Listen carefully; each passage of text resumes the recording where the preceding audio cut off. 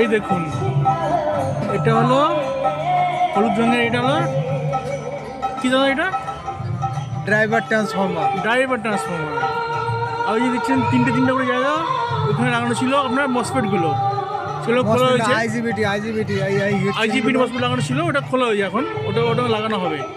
তো ওইটা লাগানোর পর মানে ওটা এবারে পাতটা ঠিক আছে কিনা মানে সেটা চেক করা হবে। ড্রাইভ ভোল্ট বা পালস আর পুরো পাত যে কোথাও কোনো কাটা আছে কিনা, পালস ঠিক আছে কিনা,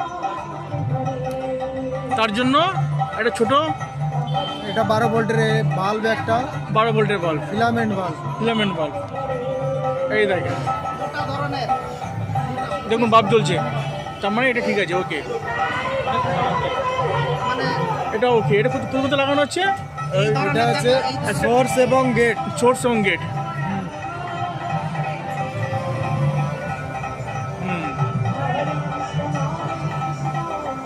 এবং গেট দেখেন, তার মানে চারটেই ওকে, 4 লাইট জ্বলেছে। ধন্যবাদ দেখার জন্য।